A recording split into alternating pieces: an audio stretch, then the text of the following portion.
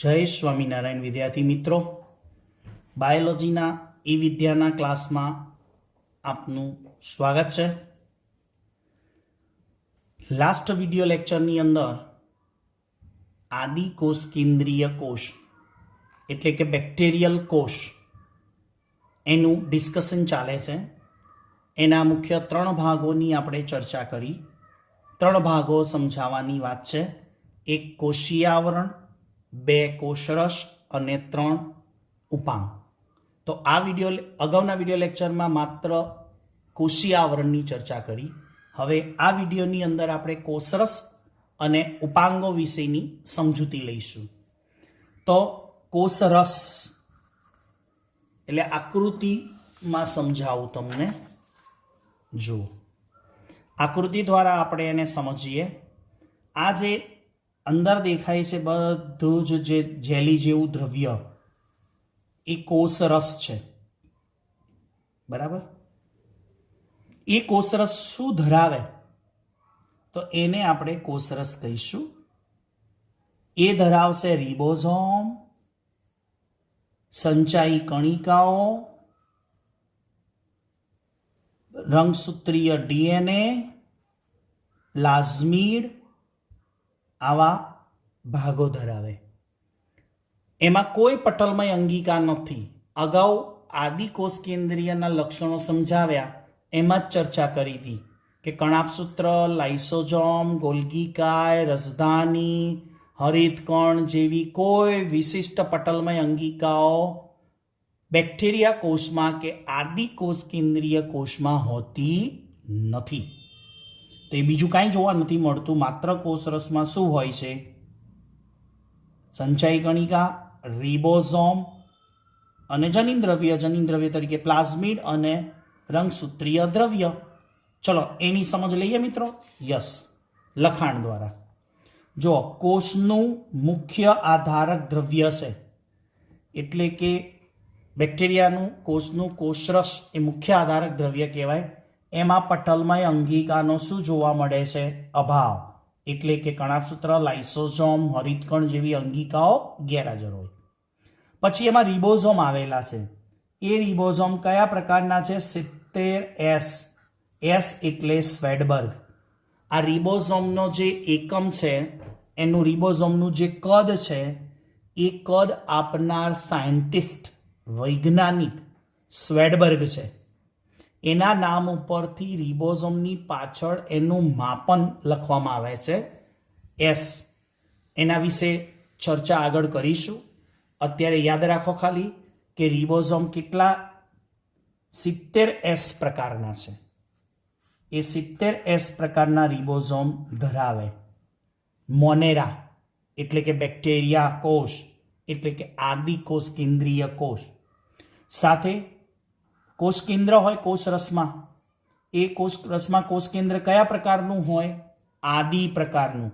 આદિ એટલે કયા પ્રકારનું? પ્રાથમિક કક્ષાનું. પ્રાથમિક કક્ષાનું કોષ કેન્દ્ર ધરાવતા હોવાથી એને આદિકોષ કેન્દ્રીય. પ્રાઇમરી ન્યુક્લિયસ ધરાવતા હોવાથી પ્રોકેરિયોટિક. અથવા આદિ પ્રકારનું કોષ કેન્દ્ર ધરાવતા હોવાથી આદિકોષ કેન્દ્રીય કોષ. જે આદિકોષ કેન્દ્રીય કોષની મુખ્ય લાક્ષણિકતાઓમાં એક કોષ કેન્દ્ર પટલ ગેરહાજર અને કોષ કેન્દ્રિકા ગેરહાજર. શું બોલું છું? કોષ કેન્દ્ર પટલ અને કોષ કેન્દ્રિકા બંને ગેરહાજર આ જોવા મળે એટલે એને આદિકોષ કેન્દ્રીય કોષ કહી શકાય, એટલે બેક્ટેરિયાનો કોષ કહી શકાય. હવે ન્યુક્લિયોઇડ વિસ્તાર ધરાવે. કોષરસ કયો વિસ્તાર ધરાવે? ન્યુક્લિયોઇડ. હવે ન્યુક્લિયોઇડ વિસ્તાર એટલે એનો બીજો અર્થ સમજવો હોય તો કોષ કેન્દ્ર વિસ્તાર. કયો વિસ્તાર કહેવાય? કોષ કેન્દ્ર. જોવામાં હવે આકૃતિમાં બરાબર ધ્યાનથી જોજો. આ આખો કોષ છે, એનો કેન્દ્ર ભાગ કયો થયો મિત્રો? આ આખો કોષ છે, એનો કેન્દ્ર ભાગ કયો થયો? આ ભાગ કેન્દ્ર કહેવાય ને? યસ. કોષના બેક્ટેરિયાના કોષના કેન્દ્ર ભાગને ન્યુક્લિયોઇડ કહેવાય. એ વિસ્તારનું નામ શું કહેવાય? ન્યુક્લિયોઇડ. ન્યુક્લિયોઇડ એટલે ન્યુક્લિયસ ધરાવે છે. ઓકે, એટલે ન્યુક્લિયોઇડ વિસ્તાર કહેવાય. એ ન્યુક્લિયોઇડ વિસ્તારમાં શું આવેલું છે? રંગસૂત્રીય ડીએનએ. એટલે એ આનુવંશિક દ્રવ્ય કહેવાય. રંગસૂત્રો ધરાવતું રંગસૂત્રીય ડીએનએ છે, જે જનીન દ્રવ્ય તરીકે ઓળખાય. બરાબર. હવે આનુવંશિક દ્રવ્ય એટલે કે રંગસૂત્રીય ડીએનએ આવેલું છે. યાદ રાખજો મિત્રો, આ રંગસૂત્રીય ડીએનએ ની ફરતે કોષ કેન્દ્ર પટલ નથી, એટલે ખુલ્લું ડીએનએ કહેવાય, ઓપન ડીએનએ. કેમ કે એની ફરતે કોષ કેન્દ્ર પટલ ગેરહાજર છે. આપણે બોલીએ છીએ ને કે આદિ કોષ કેન્દ્રીય કોષમાં કોષ કેન્દ્ર પટલ ગેરહાજર, એટલે આ વિસ્તારની અંદર રંગસૂત્રીય ડીએનએ છે. એ રંગસૂત્રીય ડીએનએ કેવા પ્રકારનું છે? ખુલ્લું. એટલે કે ન્યુક્લિયોઇડ વિસ્તાર શું ધરાવે? રંગસૂત્રીય ડીએનએ. હવે કોષરસમાં શું આવેલું છે? જનીન દ્રવ્ય. તો જનીન દ્રવ્ય બે પ્રકારના છે. એક છે રંગસૂત્રીય દ્રવ્ય, જે ન્યુક્લિયોઇડ વિસ્તારમાં આવેલું છે, જેની ફરતે કોઈ પટલ નથી, એટલે એને ખુલ્લું ડીએનએ કહેવાય. અને બીજું છે પ્લાઝમિડ, વલયાકાર, જે વધારાનું ડીએનએ કહેવાય. તો જુઓ મિત્રો, અહીંયા આ શું બતાવ્યું છે? આ છે ન્યુક્લિયોઇડ વિસ્તાર, એની અંદર રંગસૂત્રીય ડીએનએ છે. ઓકે, એ જે રંગસૂત્રીય ડીએનએ છે એની સાથે આ કોષની અંદર એક વધારાનું જ કહેવાય ને, એક બીજું ડીએનએ છે. એ બીજું જનીન દ્રવ્ય કહેવાય, જેનું નામ છે પ્લાઝમિડ. અને એ પ્લાઝમિડ કેવું દેખાય છે? વલયાકાર. હવે વલયાકાર ડીએનએ પ્લાઝમિડ છે ને, એનું સ્વયંજનન આના સ્વયંજનનથી જુદું હોય. એટલે ઘણાને પ્રશ્ન થશે, સ્વયંજનન એટલે શું? આ પ્લાઝમિડમાંથી બીજું પ્લાઝમિડ બને, આ પ્લાઝમિડમાંથી બીજું પ્લાઝમિડ બને, એને સ્વયંજનન કહેવાય. આ રંગસૂત્રમાંથી આના જેવું બીજું રંગસૂત્ર બને, એને સ્વયંજનન કહેવાય. સ્વયં એટલે જાતે, અને જનન એટલે નિર્માણ. આ ડીએનએ એની જાતે જ નવું ડીએનએ બનાવે, એને કહેવાય સ્વયંજનન. તો આનું સ્વયંજનન અને આનું સ્વયંજનન બંને એકબીજાથી સ્વતંત્ર છે. જો આનું સ્વયંજનન થતું હોય તો આનો કોઈ રોલ નથી, જ્યારે આનું સ્વયંજનન થતું હોય તો આ કોઈ ભાગ લેતું નથી. એટલે એમ કહી શકાય કે પ્લાઝમિડનું સ્વયંજનન એ સ્વતંત્ર ડીએનએ છે. સ્વતંત્ર એટલા માટે કીધું, સ્વયંજનન પોતાની રીતે કરે છે, એટલે કે રંગસૂત્રીય ડીએનએ એમાં કામ લાગતું નથી, એટલે એને સ્વતંત્ર ડીએનએ કહેવાય, પ્લાઝમિડને.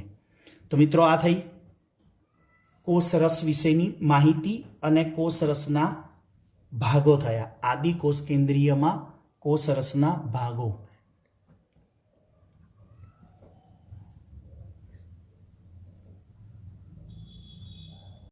તો નેક્સ્ટ આપણે આદિકોષ કેન્દ્રીયનો ત્રીજો ભાગ કયો છે? ઉપાંગ, એટલે કે બેક્ટેરિયલ કોષ સપાટી રચના.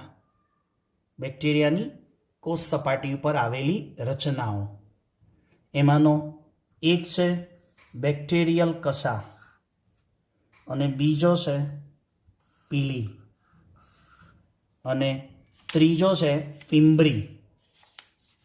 3 ભાગો છે. બરાબર. તો એ કયા છે? જુઓ અહીંયા.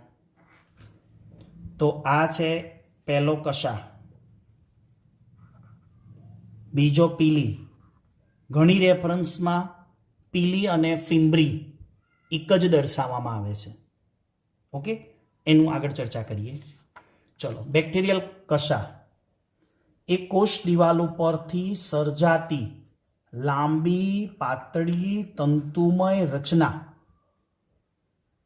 જો આ કોષ દિવાલ છે,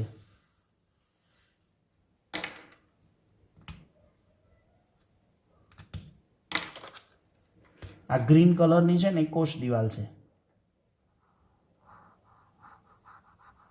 ઓકે, કોષ દિવાલમાંથી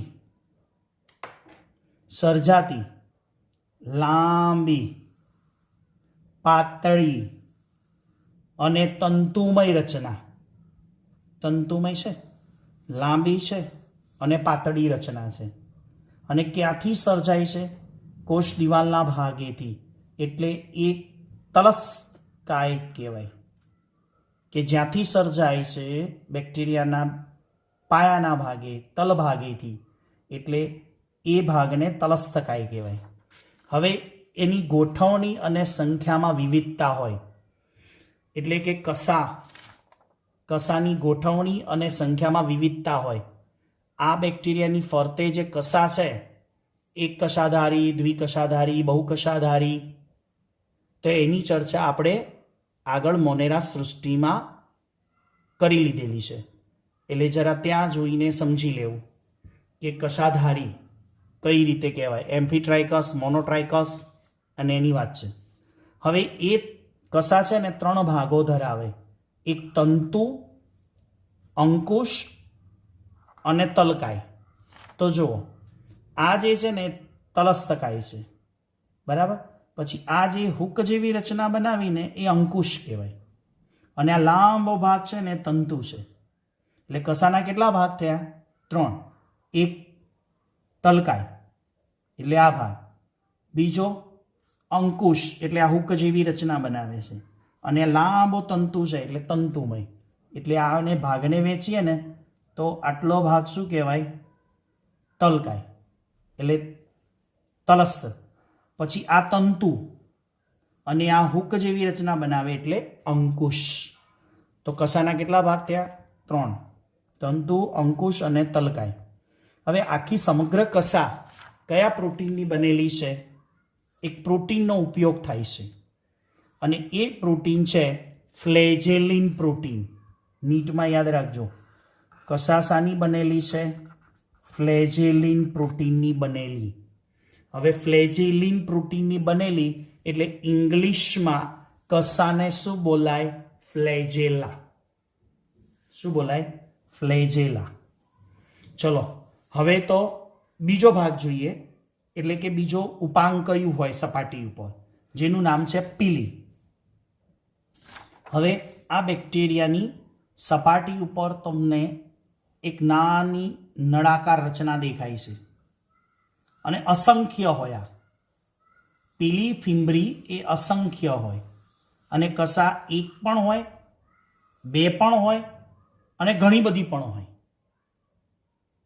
આગળ, પીલી એ ટૂંકી અને નળાકાર રચના છે. એનું નામ શું આપ્યું છે આપણે? પીલી. કોષ સપાટી પરથી ઉપસેલી નલિકામય સંરચના છે. કોષ સપાટી ઉપરથી ઉપસેલી નલિકામય સંરચના છે, અને પિલિન પ્રોટીનની બનેલી છે. શાની બનેલી છે? પિલિન પ્રોટીન. કે પીલી માટે પણ એક પ્રોટીન ઉપયોગ થાય છે. એ પિલિન પ્રોટીનનું નામ જ પિલિન, એના નામ ઉપરથી પડ્યું પીલી. ફ્લેજેલિન પ્રોટીનના નામ ઉપરથી પડ્યું ફ્લેજેલા. પણ ગુજરાતીમાં ફ્લેજેલાનું નામ શોધી કાઢ્યું કસા, ચાબુક જેવી રચના. તો મિત્રો યાદ રાખજો આ પિલિનને. પિલિનનું કાર્ય શું છે? સંયુગ્મન એ સમય અગત્યની. હવે સંયુગ્મન સમય અગત્યની એટલે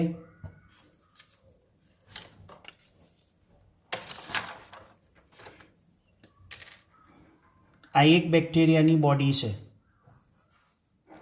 અને આ બીજા બેક્ટેરિયાની બોડી છે, બરાબર.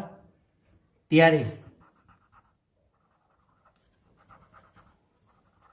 આ બે બેક્ટેરિયા એકબીજા સાથે પિલિન વડે જોડાય, બરાબર. આ રીતે આના બોડી ઉપર પીલી હોય, આ રીતે આની બોડી ઉપર પીલી હોય. હવે આ પીલીનો ઉપયોગ શું હું તમને સમજાવું. અહીંયા શું લખ્યું છે? સંયુગ્મન એટલે આ બંને બેક્ટેરિયાનું જોડાણ થશે. કયા સમયે? લિંગી પ્રજનન સમયે, એટલે કે કોન્જ્યુકેશન. ઇંગ્લિશમાં એને કોન્જ્યુકેશન કહેવાય. શા માટે જોડાયા બે બેક્ટેરિયા? કે આ બેક્ટેરિયા માની લો કે આનું જે પ્લાઝમિડ છે અથવા તો આનું જનીન દ્રવ્ય આ બેક્ટેરિયાને આપે છે, એટલે આ બેક્ટેરિયા પ્લસ કહેવાય, એટલે કે ડોનર, અને આ બેક્ટેરિયા જનીનદ્રવ્ય ગ્રહણ કરે છે એટલે માઇનસ કહેવાય, નેગેટિવ. એટલે કે એફ પ્લસ અને આ બેક્ટેરિયાને એફ માઇનસ કહેવાય. કેમ? આને જનીનદ્રવ્ય આપ્યું એટલે એફ પ્લસ અને આને જનીનદ્રવ્ય ગ્રહણ કર્યું એટલે એફ માઇનસ કહેવાય. આ એક થોડું નીટ માટે થોડું યાદ રાખજો, વધારે નહીં. એફ પ્લસ અને એફ માઇનસનો અર્થ શું થયો કે આ બેક્ટેરિયામાંથી કોઈ ફેક્ટર, એફ એટલે ફેક્ટર, કોઈ ફેક્ટર આ બેક્ટેરિયાને આપ્યું એટલે આ ડોનર થયા અને આ રિસેપ્શન ગ્રાહી થયા એટલે માઇનસ. ત્રીજો સપાટીય રચના છે ફિમ્બ્રી. તો કેટલાક બેક્ટેરિયામાં નાની તંતુમય રચના હોય. હવે ઘણા રેફરન્સોની અંદર પીલીને જ ફિમ્બ્રી કહેવાય, પણ એ આપણે ચોપડી પ્રમાણે નકારી કાઢીએ અને એનસીઆરટીને સાચી માનીએ તો આ એક ફિમ્બ્રી જેવી રચના પણ હોય ઘણા બેક્ટેરિયામાં.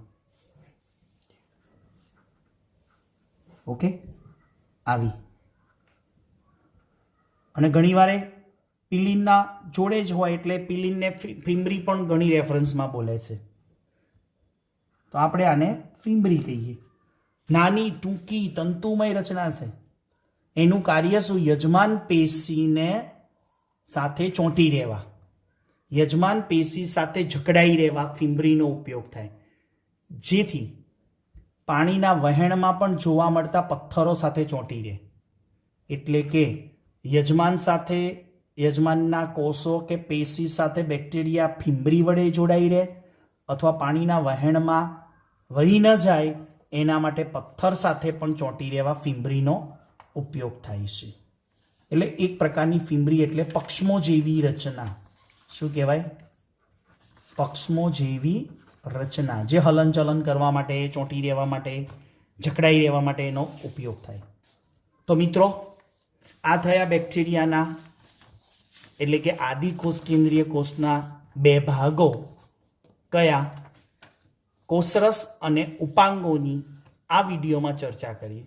આના અગાઉના વિડીયોની અંદર હતું બેક્ટેરિયાનો પ્રથમ ભાગ રચના, કોષાવરણ એટલે કોષીય આવરણો. તો આવતા વિડીયો લેક્ચર સુધી સૌને જય સ્વામિનારાયણ.